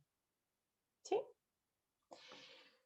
Lo que se hace en este procedimiento, chiquillo, es realizar la limpieza o el lavado de la piel, idealmente con un jabón antiséptico, clorexidina jabonosa o povidona jabonosa, para descargar lo más posible de microorganismos ahí. El médico luego lo que hace es realizar una punción mediante un catéter en la zona abdominal. ¿Sí? Acá hay un dibujito más claro. Aquí. Se introduce una punción, se introduce un catéter hacia la zona abdominal. Entonces, todo este líquido que está acumulado acá y que está generando esta tremenda molestia en el usuario, va a salir drenado, va a salir de aquí. Nos vamos. Pensar que todo este líquido que está acumulado acá también está generando presión sobre vasos sanguíneos grandes. Por lo tanto, está manteniendo la presión arterial estable dentro del usuario. ¿Sí? Cuando este líquido comienza a drenarse, comienza a disminuir el volumen dentro de la guatita, ¿verdad? Hay menos líquido, hay mayor facilidad para respirar, pero también hay una menor presión que se genera en este vaso sanguíneo grande de acá, y por lo tanto también pueden haber variaciones en la presión arterial del usuario. ¿Ya? ¿Cuáles son los materiales que se van a utilizar? Bandeja estéril con copel y compresa. La bandejita, ¿verdad? El riñón, que viene con un paño perforado, ¿cierto? Viene con el pincelador, que es esta bajalengua con la tela o la tórula agarrada que viene estéril. Viene una copela, también un frasquito donde poner el antiséptico. Vamos a necesitar el equipo con ropa estéril, delantal estéril específicamente para el médico que va a realizar este procedimiento. Mascarillas para el médico y para la persona que esté realizando la asistencia. Chiquillo, aquí se va a pinchar la guata el paciente. Entonces hay que tener cualquier cuidado, mucho cuidado con el tema de la asepsia, ¿verdad? Porque si eso no se realiza o no se manipula de la forma correcta, de forma séptica, vamos a estar ingresando microorganismos dentro de un líquido que es maravilloso para las bacterias, porque tiene proteínas, glucosa, elementos flotando ahí que les gustan a los bichitos, entonces, y más encima calentito, oscurito y tibio, ¿qué más quería en la vida? ¿Ya? Entonces es súper importante que todas las técnicas se realicen con principios de asepsia rigurosos, ¿ya? Ok. Mascarilla para ambos, gorros clínicos, porque no queremos que los pelos, las caspas, los ácaros que hay dentro flotando ahí en nuestra cabeza vayan a caer encima del usuario. Niñas con pelo bien tomado, si el niño tiene el pelo largo, también bien tomado. Guantes de procedimiento para quien va a asistir en el procedimiento, guantes estériles para el médico, que es el encargado de realizar esta función. Vamos a necesitar específicamente el jabón antiséptico que usted va a utilizar para realizar la limpieza de la piel, de la zona de la guatita, antes de la punción, ¿verdad? Y aparte vamos a necesitar el antiséptico que va a utilizar el médico para pincelar la zona. Anestesia local, nuevamente necesaria, porque es un procedimiento invasivo, vamos a pincharle la guata a alguien y eso duele. Vamos a necesitar las agujas 25 para poder administrar esta lidocaína, recordando que al sacar la muestra de lidocaína en una jeringa, esta agujita yo ya la usé, el médico cambia la aguja, pone una aguja 23 o 25 y con eso recién va a realizar la punción del usuario. Vamos a necesitar 2 jeringas de cada una por las eventualidades que puedan ocurrir. Los tubos de muestra, en este caso que se van a utilizar, que son tubos bioquímicos o de cultivo. Cada hospital, centro, clínica, laboratorio tiene especificado cuál frasco tiene que llevarse para cuál examen. ¿Ya? Acuérdense de eso siempre. Gasas y apósitos para terminar el procedimiento. Tórulas de algodón, tela adhesiva, contenedor cortopunzante y bolsa adhesiva. Acá, entonces el procedimiento consiste, como les había dicho, realizar la limpieza de la piel con un jabón antiséptico. Posteriormente, cuando el médico llega, lo que hace es, ya, le paso el delantal estéril, la ropa estéril, el médico la toma, se la pone. Le presento los guantes estériles, el médico se pone los guantes estériles. Le presento el riñón, el médico toma el riñón, abre este campo encima del lugar, saca del riñón esta copelita que viene para echar el antiséptico, la pone a un lado, saca el pincelador, que es este baja lengua estéril con gas estéril que viene encima, lo pone a un lado, y el pañito perforado también lo deja a un lado. Usted, como buen técnico que es, va a aplicar la clorexidina o el elemento que se utiliza como antiséptico, lo va a echar dentro de la copela. El médico con el pincelador va a untarlo, ese antiséptico en el pincelador, y va a realizar la asepsia de la piel de forma concéntrica, desde el centro y hacia afuera. Una vez limpia y preparada la zona, el médico va a tomar el paño perforado y lo va a poner en la zona donde va a realizar la punción. ¿Hasta acá está claro? Sí, Genial.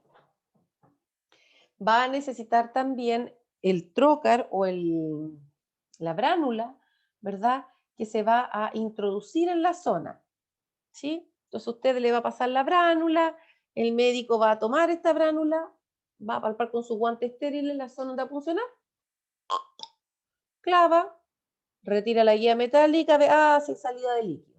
A usted le va a pedir un alargador venoso que viene con llave de 3 pasos. Es un tubito de silicona con la llave de 3 pasos. ¿Conoce la llave de 3 pasos? sí. Sí, profe. Ya. Entonces,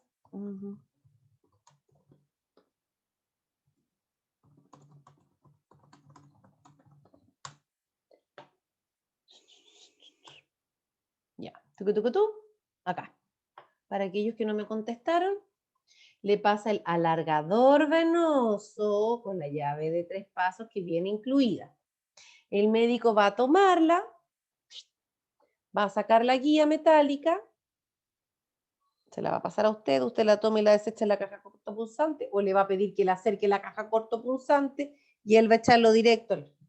Usted le pasa la llave de 3 pasos, lo conecta, cierra la llave de 3 pasos y ya. Hasta ahí estamos bien.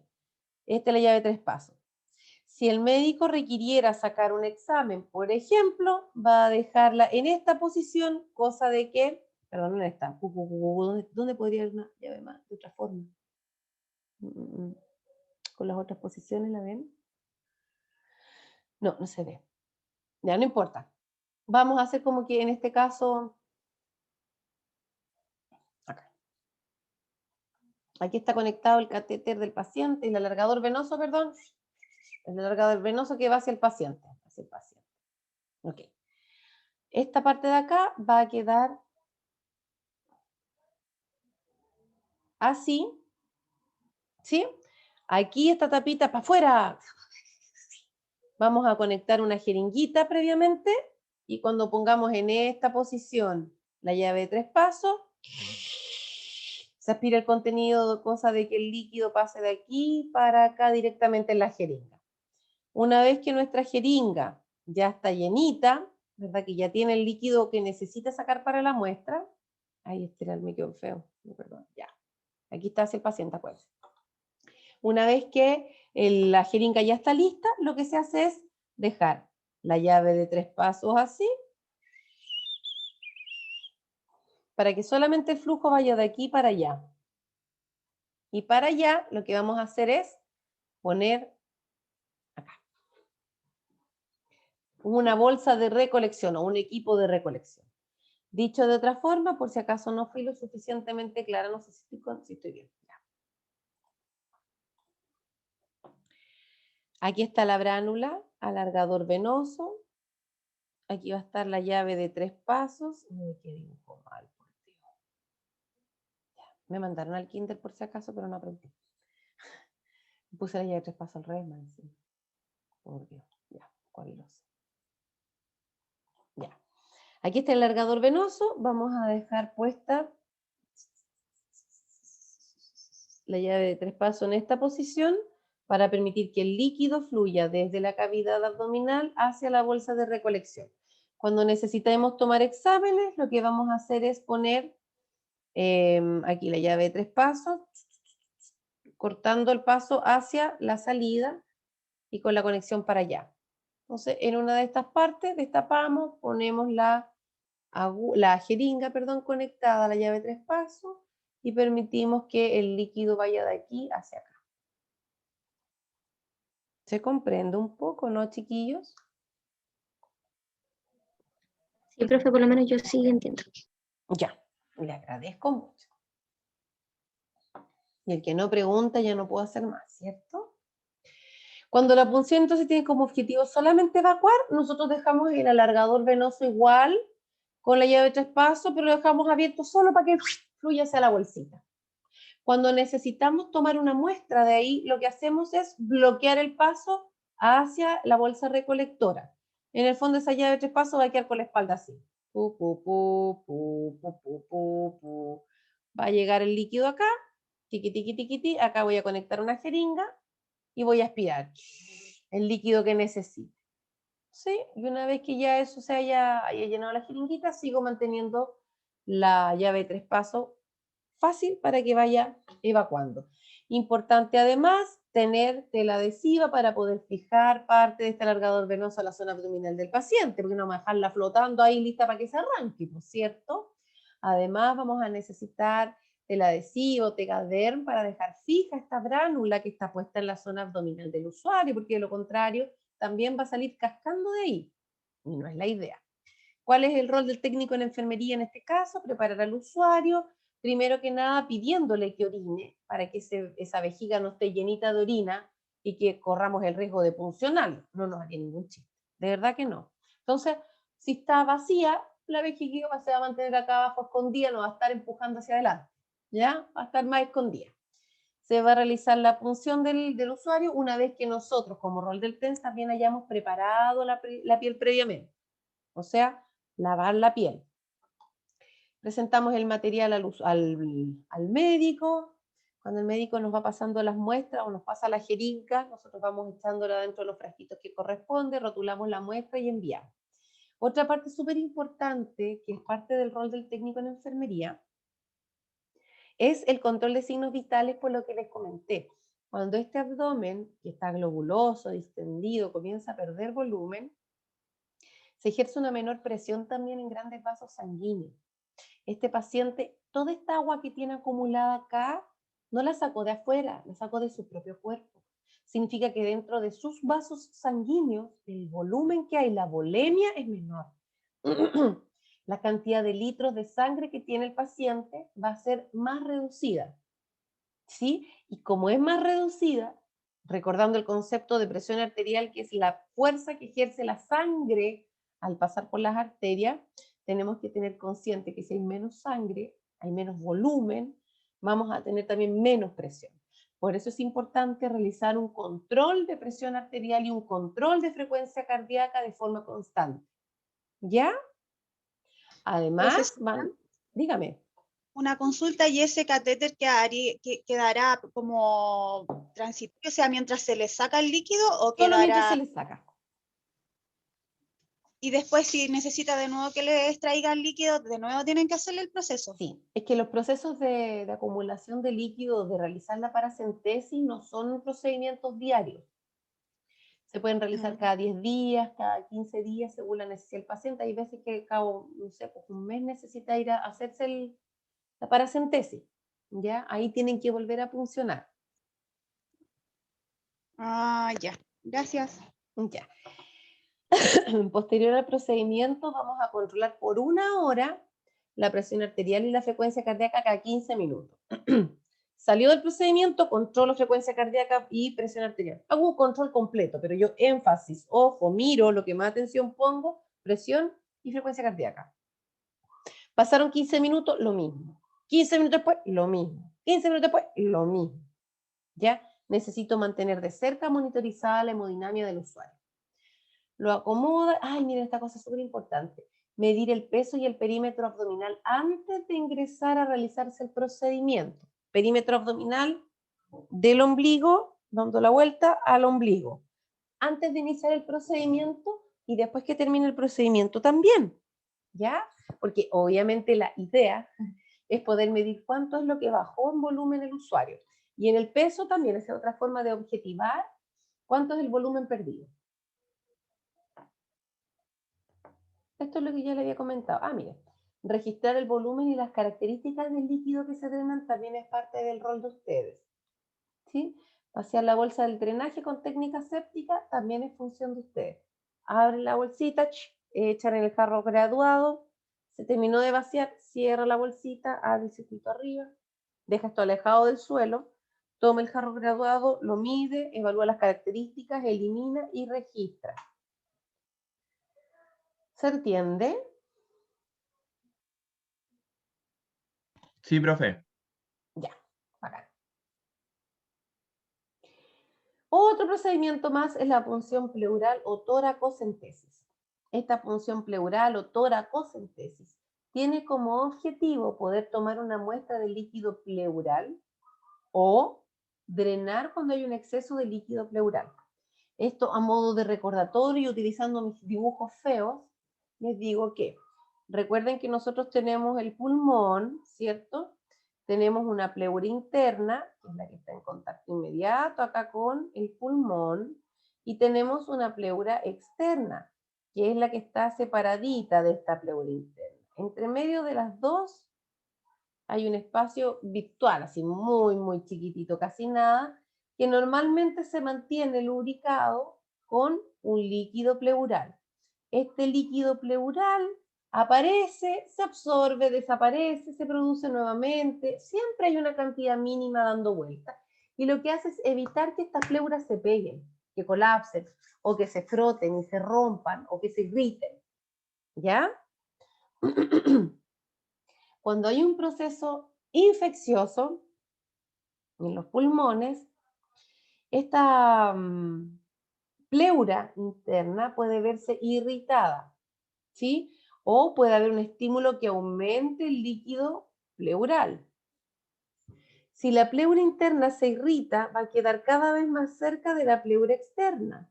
Y cuando el usuario respire y bote, van a estar frotándose.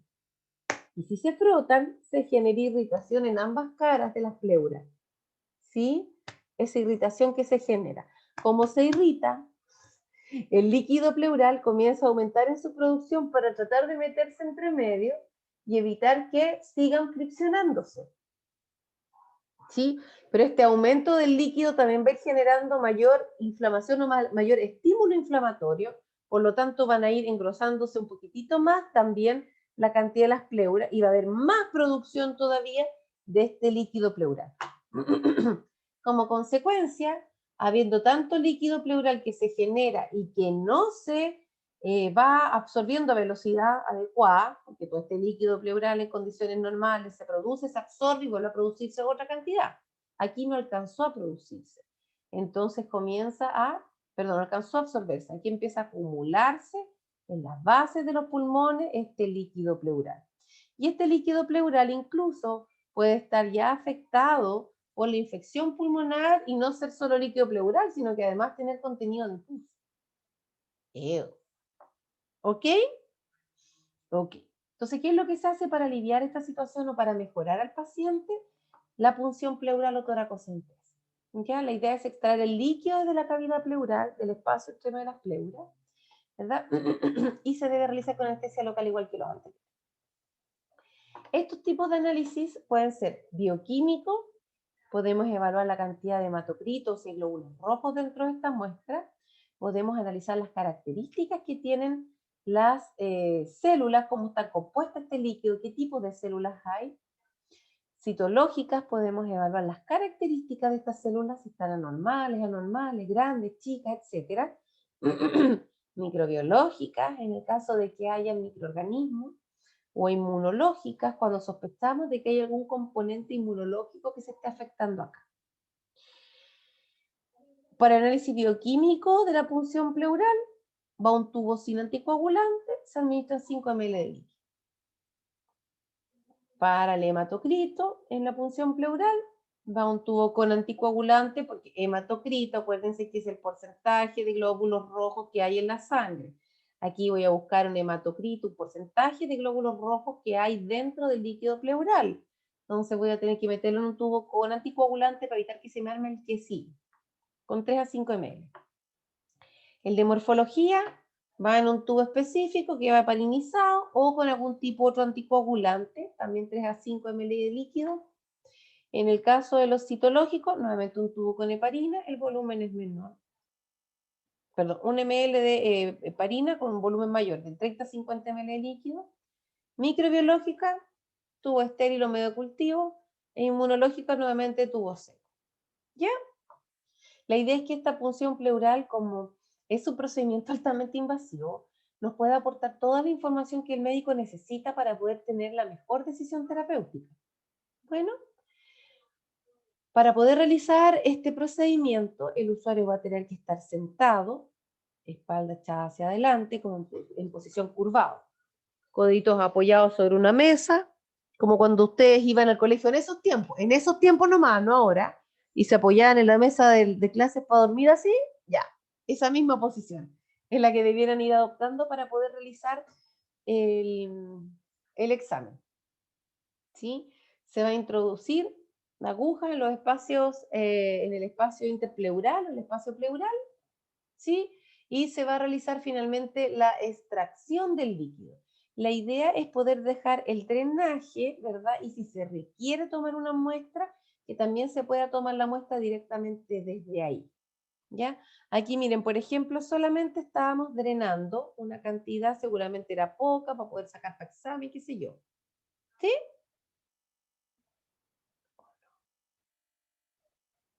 Díganme la verdad que puedo soportarlo. ¿Cómo, profe? Que pensé que se había quedado pegado. Estaba hablando todo el rato, como me quedé pegada. No me escucharon porque están haciendo otra. No, sí la escuchamos, pero es que cuando se quedó en silencio y se quedó quieta, pensé que se había quedado pegada. No me quedo en silencio, me duele la boca tanto hablar ya. Ok. Les decía que dependiendo si la técnica lo que busca es poder obtener una muestra representativa para llevar análisis, solamente se realiza la extracción de este líquido pleural. Y en el caso de que lo que se desea es poder obtener un vaciado de este espacio pleural, hacer un drenaje, se deja entonces con el dispositivo de drenaje. ¿Ya? Si necesitan ambas, hay una zona de conexión ahí para la aguja, perfectamente, para la jeringa, perdón, para poder conectar y sacar la muestra que se requiere. ¿Cuáles son los materiales que vamos a necesitar? Nuevamente la ropa estéril, el paño perforado, la copela, el pincelador, ¿verdad? Que es el que vamos a aplicar con el antiséptico. Se le va a pedir al usuario que se bañe, si es que no puede hacerlo de forma autónoma. Nosotros vamos a hacer la limpieza de la zona de la piel con un jabón antiséptico. Vamos a dejar preparada la piel, vamos a decir al usuario que se posicione, vamos a explicarle el procedimiento, vamos a solucionar dudas si es que las tuviera, si es que el médico no le hubiera aclarado alguno que otro punto. Vamos a reunir nuestro material, que incluye este paquete de ropa que yo les dije, mascarilla, gorro, guantes de procedimiento para usted, guantes estériles para el médico, el antiséptico que se va a aplicar según las normas de infecciones asociadas a la atención en salud de cada centro hospitalario, anestesia que nuevamente vamos a utilizar la lidocaína al 2%, vamos a necesitar las jeringas, 2 jeringas de 3, 2 de 5, 2 de 10 y 2 de 20, para poder, en este caso también, ¿verdad?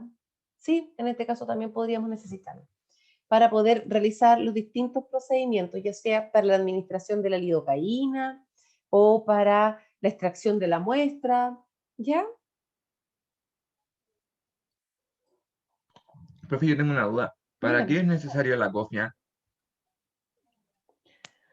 Porque el médico aquí lo que va a hacer es estar vestido estéril, con guante estéril, con la piel antiséptica, va a tener que estar con la mascarilla para evitar estar encima, y en el caso del pelo, para evitar que estemos así, moviéndonos encima con todo el pelo encima del usuario, para evitar la caída de los ácaros, de las caspas, de la tierra, de lo que sea que esté trayendo en el cabello. ¿Ya? Es una forma Ya, más profe. de mantener la limpieza o la asepsia de la zona. Los tubos para muestra, las gasas y apósitos estériles que van a quedar ubicadas después de realizar el procedimiento, y dispensador y bolsa de desecho.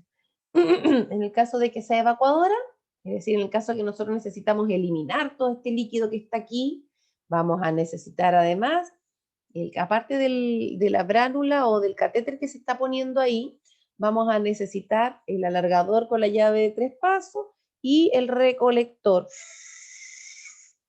que va en caída libre hacia la zona de hacia abajo, digamos, para que pueda ir drenándose este líquido que está ahí. ¿Sí? ¿Qué es lo que van a tener ustedes que hacer como rol del TENS?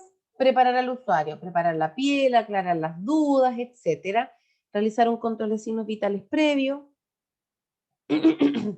reunir el material, que es lo que les comenté un poquito más arriba, posicionar al usuario sentado con los brazos al frente, como cuando ustedes iban a clase, a veces, y se quedan dormidos, a veces, en el colegio, ¿qué puede pasar? A todos nos pasó.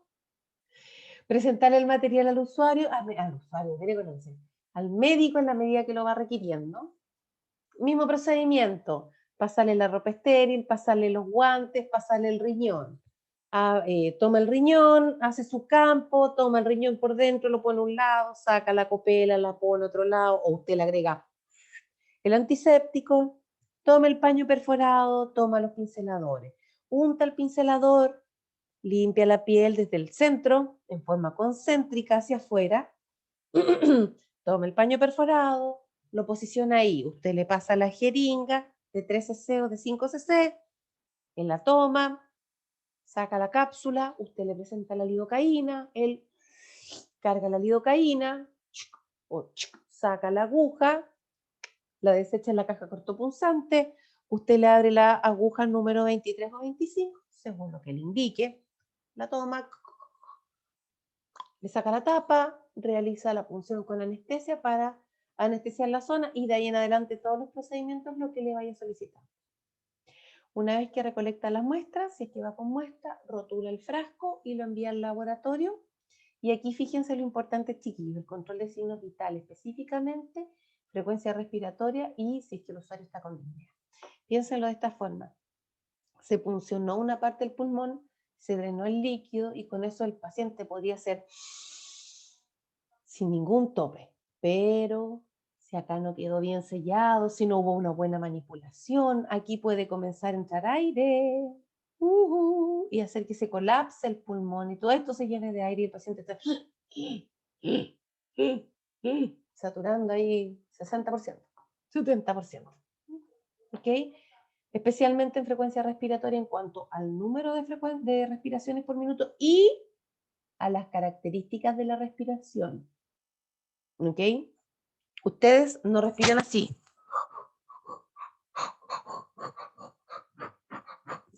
No. Ustedes respiran en ritmo regular, tranquilo y no siempre profundo. Se presenta con respiraciones superficiales, arrítmicas, quiere decir que algo no va bien. ¿Ya? Si la punción tiene como objetivo evacuar el líquido, tenemos que nuevamente participar en la fijación del catéter o evidenciar o fijarnos en cómo están los apósitos donde está este catéter para ver que no haya una filtración, para evaluar que esté mantenido fijo, ¿verdad? Que no se haya traccionado. Tenemos que registrar el volumen que se ha drenado y cuáles son las características que tienen, ¿sí? Evaluarlo, vaciarlo, ¿verdad? Vaciar esta bolsita recolectora, medirlo, registrarlo. ¿Sí? Eso. Ok, en este caso entonces los exámenes tienen como objetivo colaborar con el personal o con el profesional que realiza la actividad, ¿sí? Tienen como rol preparar los materiales, preparar la piel del usuario, ayudar al usuario, explicarle el procedimiento si es que no se le ha explicado o no le ha quedado algo claro. Durante el examen tienen el rol o la actividad que ustedes tienen que hacer es entregar los materiales que necesite, recibir las muestras de exámenes, enviarlas, rotularlas, etc. Y posterior al procedimiento evaluar las condiciones con las que quedó ese paciente. ¿Ya? Sí, profe. Gracias, don Felipe, por participar en esta clase. No hay nadie Profe, más. profe, yo tenía una duda, pero no es con la materia, es porque la clase de hoy no salía en el intranet. ¿Sabe lo que me dan ganas de contestarle con eso? Que me da mucha tristeza querer contestarle esto, pero ¿se acuerdan en la clase pasada que les dije que no les iba a aparecer en el aula? Creo La que no clase estuve. en el... qué feito. Bueno, resulta que las clases de toma de muestra, la asignatura de toma de muestra, partió después de lo que estaba presupuestado en el portal. Entonces en el portal, por ejemplo, decía, van a partir las clases, no sé, voy a inventar algo, el 12 de mayo, o el 12 de marzo. Ya. Y nosotros no partimos el 12 de marzo, partimos el 12 de abril, partimos 4 semanas tarde. Porque pretendíamos partir cuando se hubiese terminado la cuarentena, pero no fue el caso. Entonces se partió de forma virtual igual pascual, pero más tardecito. Todo esto desde el 12 de abril, no sé, por el 20 de abril, el 25 de abril, todas las fechas que no se dieron las clases, no quedaron con registro de asistencia porque no se hicieron y pasó la vieja, como quien dice, y se fueron corriendo las fechas. Esa es la razón del porqué, o the reason why. ¿Ya? Ya, profe, No, entonces, por ejemplo, el otro lunes vamos a tener taller igual. ¿Hasta cuándo vamos a tener taller? Me siento tan triste cuando no me escuchan, de verdad. Me duele el alma, porque siento que para qué hablo. Yo les comenté que en el aula íbamos a tener todas las informaciones puestas, ¿se acuerdan? Ya el día viernes habilité para que ustedes pudieran ver acá lo que teníamos presupuestado. Y acá la otra semana de nuevo tenemos clase que vendría a ser la última, ¿ya? Y lo que vamos a hacer ahí es una evaluación que va a ser sumativa de análisis de caso, se realiza en forma grupal entre 2, máximo 3 individuos realizando esta prueba. Esta es la tercera prueba de la asignatura, la tercera. ¿Ya? En esta prueba que vale el 30% de la nota final, ustedes van a tener que desarrollar un trabajo grupal entre 2 y entre test asociado a un caso clínico que se les va a entregar el mismo día. ¿Ya? Mismo día se les va a pasar grupo 1, caso clínico este, grupo 2, caso clínico este otro. Ustedes van a bajar el caso clínico, van a resolverlo en conjunto y luego van a subir la tarea o la evaluación sumativa aquí, van a subir sus respuestas ahí. ¿Ya? ¿O no? Los grupos los conformamos nosotros. Los grupos los conforman ustedes, sí. Ah, ok. Entre 2, máximo 3. Y el... Claro, 2 máximo 3. ¿Ya? Ustedes son en total, no me acuerdo cuántos son, como 20. ¿Sí o no? Sí, ahí dice 20. 11, Ah, no. 13, 14, 15, 16, 17. Es que está ocupando varios espacios. ¿Ya? Ya, chiquillos, como no tengo la lista en el portal, les hice una planillita aquí para ir poniendo los que están presentes y los que no. ¿Ya? Recordarles que la asistencia equivale al 80% y si no reprueba la asignatura. Importante mirar el aula para que no queden con dificultades técnicas después, ¿ya?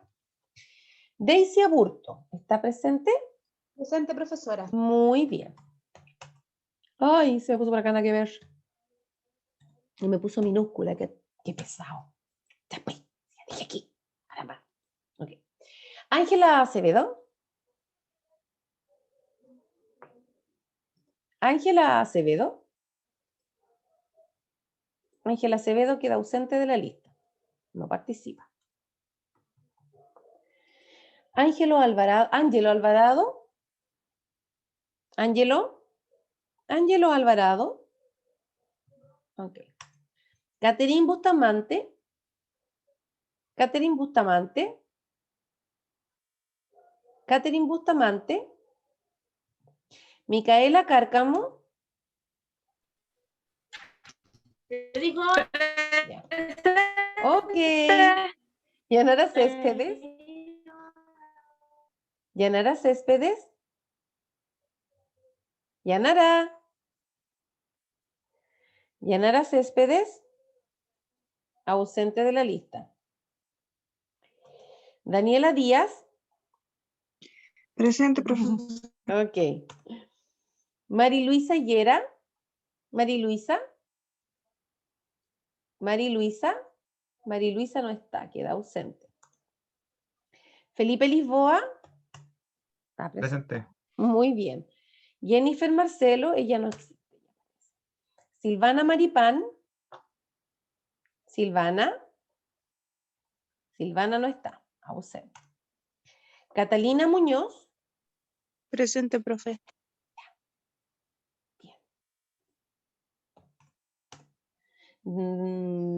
Fernanda Neira. Daniela Neira. Daniela Fernanda Ignacia. Neira Canales. Daniela Neira. Ausente. Dana Núñez. Me parece que está ausente también. No está Daniela Neira ni Daña Núñez, ¿cierto? Daniela Neira. No. Ok. Francisca Rojas. Sí estaba ahí. Sí, me acuerdo que estaba. Bien. Moira Segura. Moira también estaba. Aquí, profe. Muy bien. Y Priscila Villaseca. presente, profe.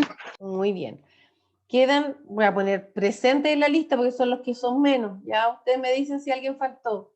Presente queda Daisy Aburto, Micaela Cárcamo, Daniela Díaz, Felipe Lisboa, Catalina Muñoz, Francisca Rojas, Moira Segura y Priscila Villaseca. ¿Alguien no nombré?